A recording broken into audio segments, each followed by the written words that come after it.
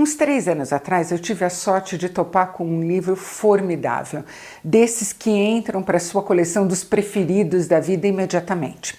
News of the World, da escritora americana Paulette Giles. O livro, infelizmente, não tem tradução brasileira, mas ele acaba de ser adaptado com o nome de Relatos do Mundo para o cinema pelo Paul Greengrass, o diretor de Supremacia e Ultimato Bourne, de Evil United 93 e de Capitão Phillips, o primeiro trabalho que ele fez com o Tom Hanks, que aqui retoma a parceria com ele. O Paul Greengrass fez uma ou outra modificação na história, mas em linhas gerais ela é a mesma do livro. Tom Hanks é o Capitão Kidd, um veterano da Guerra Civil Americana que terminou em 1865. Já se passaram alguns anos e ele nunca nem quis voltar para a casa dele para ver se ela estava de pé. Ele perdeu toda a sensação de um lar, de pertencer a alguma coisa e leva uma vida itinerante. Ele vai de cidadezinha em cidadezinha no Texas, lendo as notícias para a população local. As pessoas se reúnem num celeiro ou num armazém, ele cobra 10 centavos de cada um e ele lê o que está acontecendo pelo mundo lá fora, que está passando ao largo dessa gente. Numa dessas paragens, o Capitão Kidd recebe uma incumbência. Não é que ele queira, é que ninguém mais quer se responsabilizar pela Johanna. A Johanna é uma menina de 10 anos, filha de imigrantes alemães, loira, de olhos azuis, e que não sabe que é branca, não sabe de nada além de que ela é uma índia Kiowa. Ela foi sequestrada 6 anos antes pelos Kiowa, viu os pais serem mortos diante dos olhos dela, pelos sequestradores, mas foi adotada pela tribo e, como era muito frequente nesses casos, se deixou absorver de tal maneira por eles que ela não lembra de nada da vida anterior dela. Ela não lembra de uma palavra do alemão, não lembra dos pais, não lembra que é branca, não sabe que é branca. Para ela, ela sempre foi Kiowa. E ela está desesperada por ter sido arrancada da tribo e está sendo levada de volta para os tios dela. Tribos que sabidamente tinham crianças brancas no seu meio eram imediatamente alvo do exército, que tinha perdido ali as suas maiores ocupações desde o fim da Guerra Civil e estava caindo em cima das tribos das grandes planícies. Então os Kiowa botaram ela de lado para ser levada de volta e ela não se conforma. É possível que neles esteja doendo tanto quanto nela também, mas não há o que fazer. Bom, o capitão e a Johanna nem sequer conseguem se comunicar. Ela é arisca, ela está nervosa, ela está inconformada, ela não entende o que está acontecendo com ela de maneira nenhuma. E ele, que não entende nada de crianças, entende menos ainda de uma menina como essa. Olha, pode parecer uma história convencional. A gente sabe que em algum momento esses dois personagens vão encontrar um território em comum entre eles. Nem o mundo dele, nem o mundo dela, mas um terceiro mundo que seja dos dois. Mas as maneiras como isso se dá é que são muito bonitas. O título aqui não se refere só às notícias que ele lê para as pessoas, na verdade, o que o livro e o filme abrem para a gente são as notícias de um mundo que está desaparecendo, está se transformando, vai deixar de existir e do qual a Johanna é um vestígio que vai ser incorporado ao futuro. A Helena Zengel, a atriz alemã que faz a Johanna, é um espetáculo. Ela estourou com o filme, não é maneira de dizer, estourou mesmo com o Transtorno Explosivo, e ela é muito bem aproveitada aqui pelo Paul Greengrass, justamente porque é uma pessoa sobre a qual a gente não tem nenhuma expectativa. E se eu tenho um primeiro reparo ao filme é esse.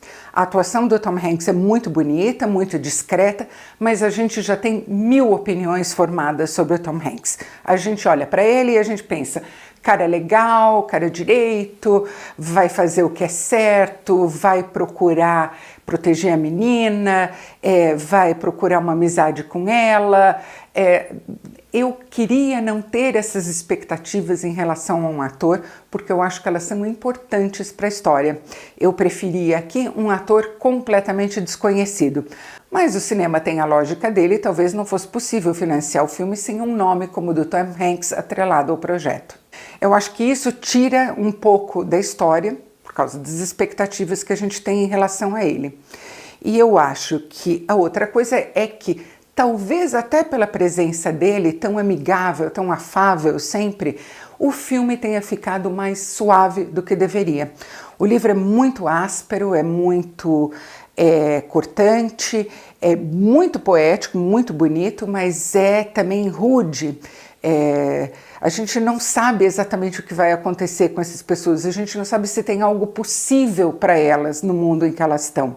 E além disso, a Paulette Giles é uma escritora com uma capacidade muito grande de, com poucas palavras, com poucas sentenças, desenhar cenários para você com uma vividez impressionante. Você vê aquilo na sua mente. E eu acho que o Paul Greengrass nem sempre consegue chegar ali nessa capacidade dela de criar um ambiente, de imergir você nele. Tem uma cena que eu vou destacar porque ela é realmente muito bonita, é a cena em que, depois de um enfrentamento muito perigoso, em que eles conseguem escapar, a Johanna comemora o fato do capitão ter defendido ela e ela ter colaborado com ele, cantando uma canção em Kiowa que ele não entende, mas ele compreende que é dele que ela está falando, e ela vai toda feliz carimbando os cavalos, adornando eles com a mão, com carimbos da mão dela feitos em argila colorida. É linda a cena. Essa cena é assim, pronto, se abriu ali um horizonte do qual eles fazem parte. Olha, se parece fantasiosa a história da Johanna, vou abrir aqui um parênteses para falar um pouco disso. Muitas crianças, de americanos mesmo que iam desbravar o oeste, de imigrantes europeus que estavam se estabelecendo na região, de mexicanos, de negros, foram capturadas pelas tribos das planícies, os Comanches, os Apaches, os Sioux, os Kiowa, os Cree e por aí vai. Muitas vezes o rapto se dava com extrema violência, como no caso da Johanna, que viu a família ser massacrada na frente dela. A trilha de fuga era longuíssima e duríssima. Enquanto eles não se acreditassem a salvo, os índios não paravam para comer, para beber, para dormir, para nada. As crianças, obviamente, sofriam imensamente com isso. Muitas delas morriam na trilha. Mas quando elas chegavam à tribo, se por algum motivo que a gente não entende muito bem, que é insondável para a gente, a tribo decidia adotar aquela criança, decidia que ela ia fazer parte da tribo, então era impressionante a transformação que se dava. Em questão de meses, as crianças esqueciam a própria língua, esqueciam a própria família, esqueciam toda a maneira como elas tinham vivido antes e passavam a ser índios. Para a tribo também. O que é interessante é isso. Quem chamava essas pessoas de índios brancos eram os próprios americanos. Para cada uma das tribos, elas eram Comanche, elas eram Apache, elas eram Kiowa e pronto. Os relatos que a gente tem em primeira mão são muito poucos. Eu tive a sorte de ler todos eles, até por isso, porque não tem muito material. E poucos deles também não foram distorcidos. Ser capturado de volta era um estigma muito grande, porque a pessoa voltava estranha. Até o fim da vida, ela não se conformava. Eu não li nenhum relato de uma pessoa que não tenha voltado a contragosto para a vida dos brancos. Todos eles voltaram à força.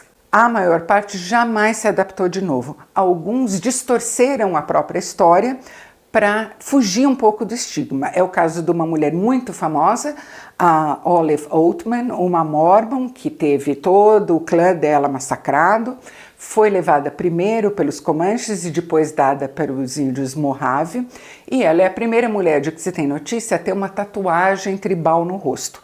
Se você assistiu a série Hell on Wheels, você conhece essa personagem, tem uma mulher ali que é inspirada nela, uma tatuagem muito bonita no queixo. A Olive Oatman disse que isso era uma marca de escravidão, provavelmente instada a fazer isso para aparecer melhor na foto, mas tudo indica que não, que foi uma honraria muito grande. Pela precisão da tatuagem, a gente sabe que ela não relutou em receber aquele adorno e que ela provavelmente foi casada e teve filhos com índios e quando voltou ela teve que apagar a história dela. Além dessa personagem que a gente vê no Hell on Wheels, tem outros filmes e séries que tratam de casos parecidos. Por exemplo, O Pequeno Grande Homem, com o Dustin Hoffman, um clássico. A série O Filho, com o Pierce Brosnan, que está na Globoplay. E também, muito famosamente, Dança com Lobos, em que tem uma personagem como essa, muito importante, interpretada pela Mary McDonnell.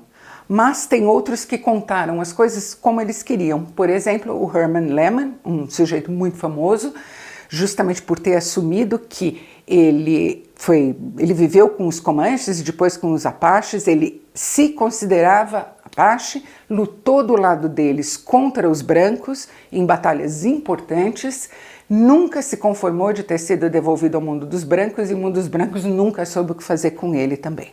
Todas essas histórias foram reconstituídas fragmento por fragmento num livro muito interessante chamado The Captured, escrito por um sujeito do Texas cujo tataratio foi capturado também e não queria voltar, teve que voltar. E esse é o livro que a Paulette Giles usou como base para a criação da história da Johanna, porque ele é absolutamente excelente. É um mundo fascinante que o livro e o filme abrem.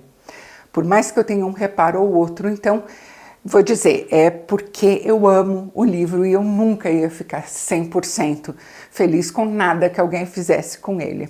Mas tenho que admitir que é um belíssimo trabalho do Paul Greengrass. Se você gostou desse vídeo, não se esqueça de curtir. Inscreva-se no canal, clique no sininho e me acompanhe também no meu blog e no Twitter. E a gente se vê no próximo vídeo.